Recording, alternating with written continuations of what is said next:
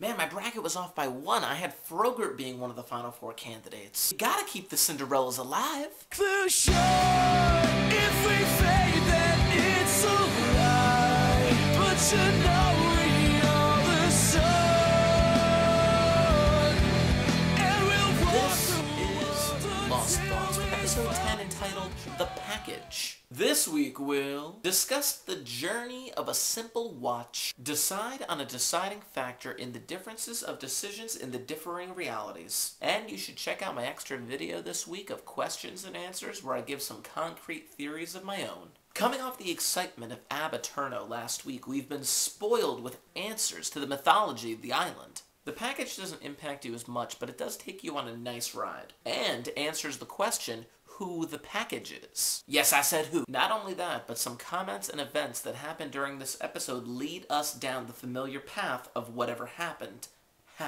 We start in the Dud world with night vision surveillance on Sawyer and Kate. I guess we're to assume it was a person from Widmore's camp. Then Flock has an interesting conversation with Jin. Flock is even uncertain as to who the Quan is written on the cave wall. At this point, I thought the package and the true Quan candidate was actually Ji Yan. I was proven wrong on this, but I'm telling you, it makes sense. When Jacob was at Sun and Jin's wedding, he touched both of them. It takes 2 to make a baby.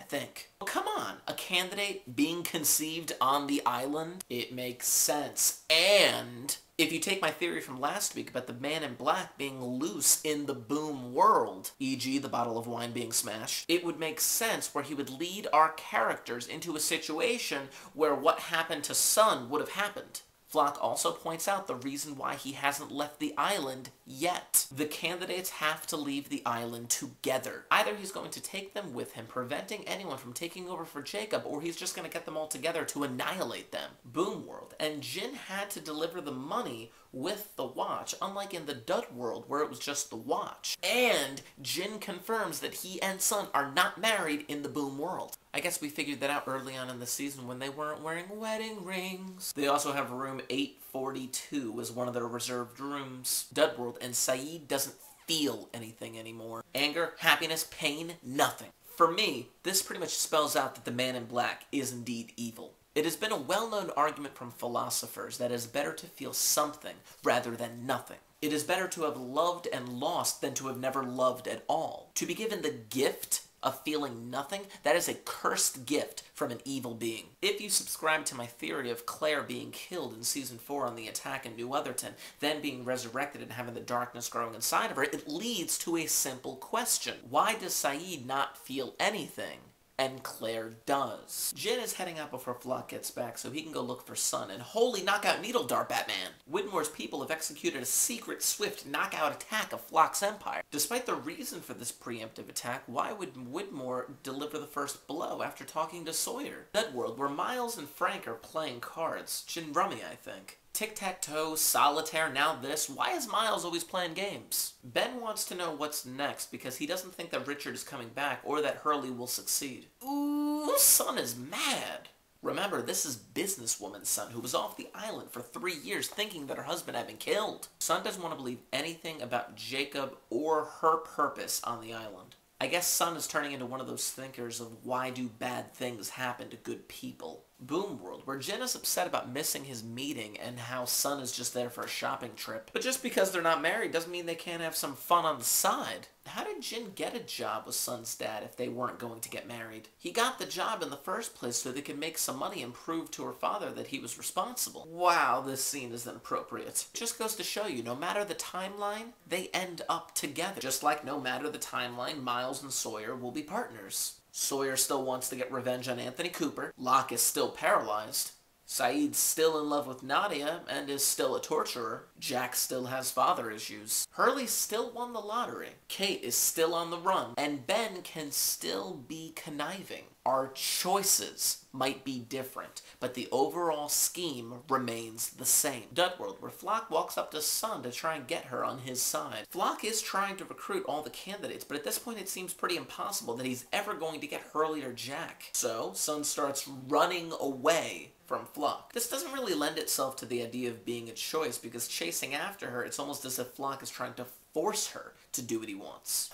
She ran into a tree. Boom World with a parallel to the Dud World as Sun wants to run away with Jin. She's about to tell Jin something when there's a knock at the door. 3 things. 1. I totally called that she was about to tell Jin that she was pregnant, which I was proven right at the end of the episode. 2. She looked in a mirror. A mirror! Just like my theory about mirrors from the other week. 3. Martin Kimi is at the door, which amps up the awesomeness like 15 degrees. Dud World, where Ben finds Sun unconscious. Why would Flock stop chasing her? I mean, maybe he's still bound to the rule that Sun has to come with him on her own free will. Flock gets back to camp where he finds all his people knocked out. Now he's lost all the qualms.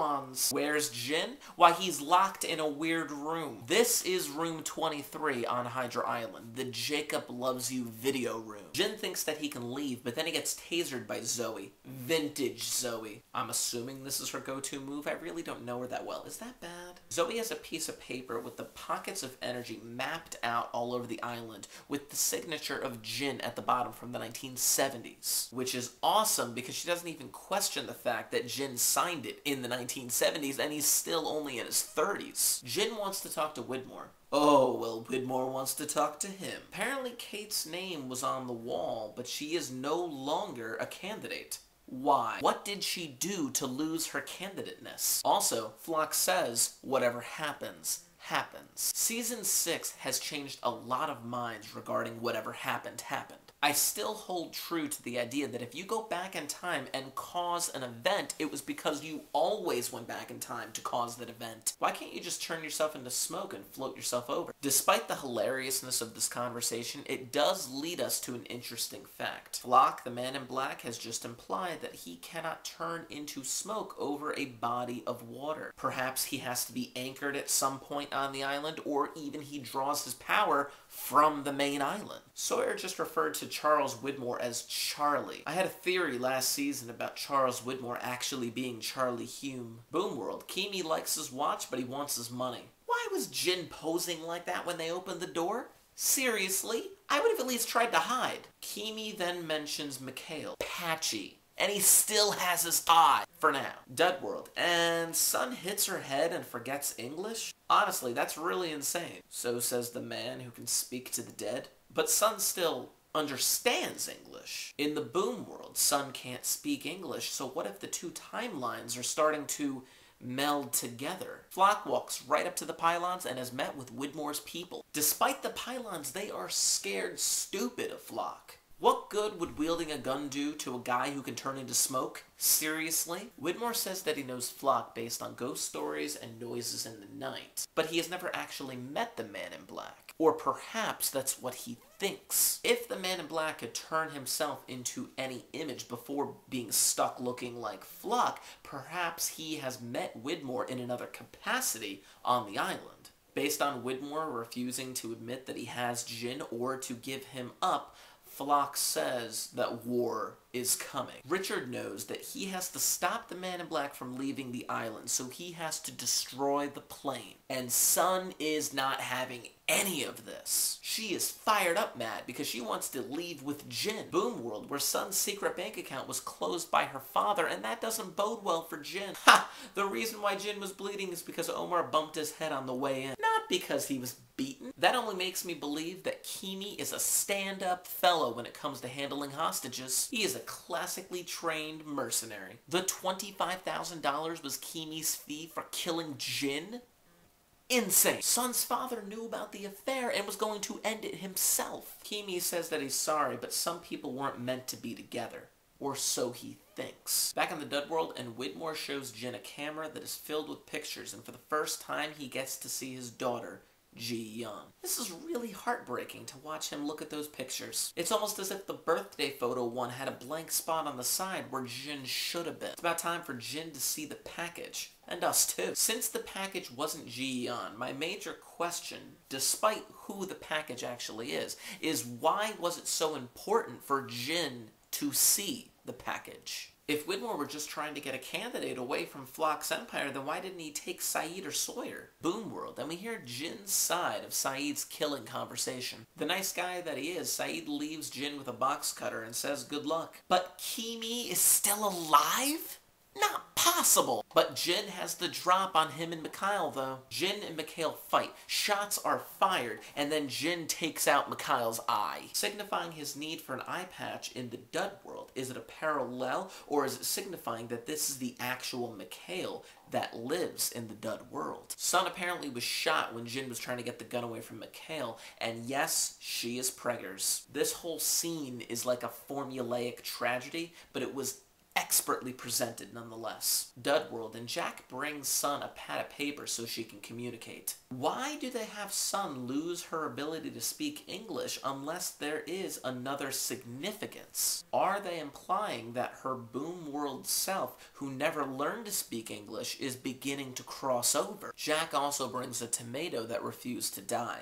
Very poetic. Jack promises to get Sun on that plane with Jin and to fly away, and she agrees. That would be great, you know, if the plane could actually fly. Other than a plane, they could leave on a helicopter. I'm telling you, the vision that Desmond had of Claire leaving the island on a helicopter, that could still come true. Flock comes back to camp and tells Sawyer that he doesn't like secrets, implying that he knows what Sawyer's up to. Creepy Saeed comes up from the water, Apocalypse Now style. The package is Desmond. The way this was presented was kind of anticlimactic. Desmond falls down, still heavily sedated, and sees Saeed's face on the water. And to fill the full hour, we just have to stare at Saeed for a while. Again, why was it important for them to kidnap Jin just so he could see Desmond? Why Jin and no one else that could have had a more significant relationship with Desmond? If you want some extra theories, check out my extra video of questions and answers from this week. Otherwise, let's get some message board chat. A lot of people have been trying to figure out the significance of Jin's watch that he had been toting around. Now bear with me, this message board chatter jumps from post to post. In the Boom world, the watch was a gift for Kimi along with $25,000 for killing Jin. In the Dud world, that watch has a much more interesting journey. We don't know who Jin was supposed to deliver it to because they never made it to Los Angeles. After the crash, Michael found the watch and decided to keep it for himself. That was until Jin saw the watch and decided to beat the crap out of Michael. Jin was handcuffed as a result and remained so for a season and a half. That was the episode where Sun spoke English to Michael for the first time, trying to help out Jin. Michael gave the watch back to Jin at the end of that episode, only for Jin to give it back to Michael at the end of season 1 when they launched the raft. Much later on, when he was back in the real world, Michael decides to pawn the watch so he can get a gun to try and kill himself. Am I reading too much into a tiny piece of machinery? Because Michael was brought up on the journey of the watch, that led to other people asking questions about Walt's dog, Vincent. Where is he? Well, the last time we saw him was in 1977 with Rose and Bernard. You know, right before the hydrogen bomb was dropped into that hole. Which leads to another question, where are Rose and Bernard? If everyone else was transferred back to the 2007 Dud World timeline, that means that Rose and Bernard could have been transferred as well. There's no reason for them to not be transferred to the original timeline unless they were outside of the blast radius. But if they're left in 1977, that leads a lot of people to try and connect the dots that Rose and Bernard are actually Adam and Eve. I'm not too sure about this because Adam and Eve were found with the black and white stones on their person. Again, check out my extra video for an explanation on Adam and Eve. And again, people try to connect the dots based on the last time we saw Rose and Bernard. Can we assume that they have a special commune with the island? That would explain why they were acting all weird and accepting their fate. And it would explain that weird comment about them offering Juliet some tea. What if Juliet were pregnant with the possible savior of the island? I don't really believe that. It's just that people are trying to predict everything. So when one of their theories comes true, they can say, hey, I knew it from the beginning. Next week's episode is entitled Happily Ever After, and it's a Desmond episode. Desmond has been a cast regular this entire season, we just haven't seen him since the premiere. I'm still of the opinion that in the Boom world, the Desmond that we saw is not the real Desmond. But then again, I'm usually never right with these kind of predictions, so the watch has been with Jin, Michael, Kimi, and a random pawn shop guy. One more and I get bingo. Then I get to yell, bingo.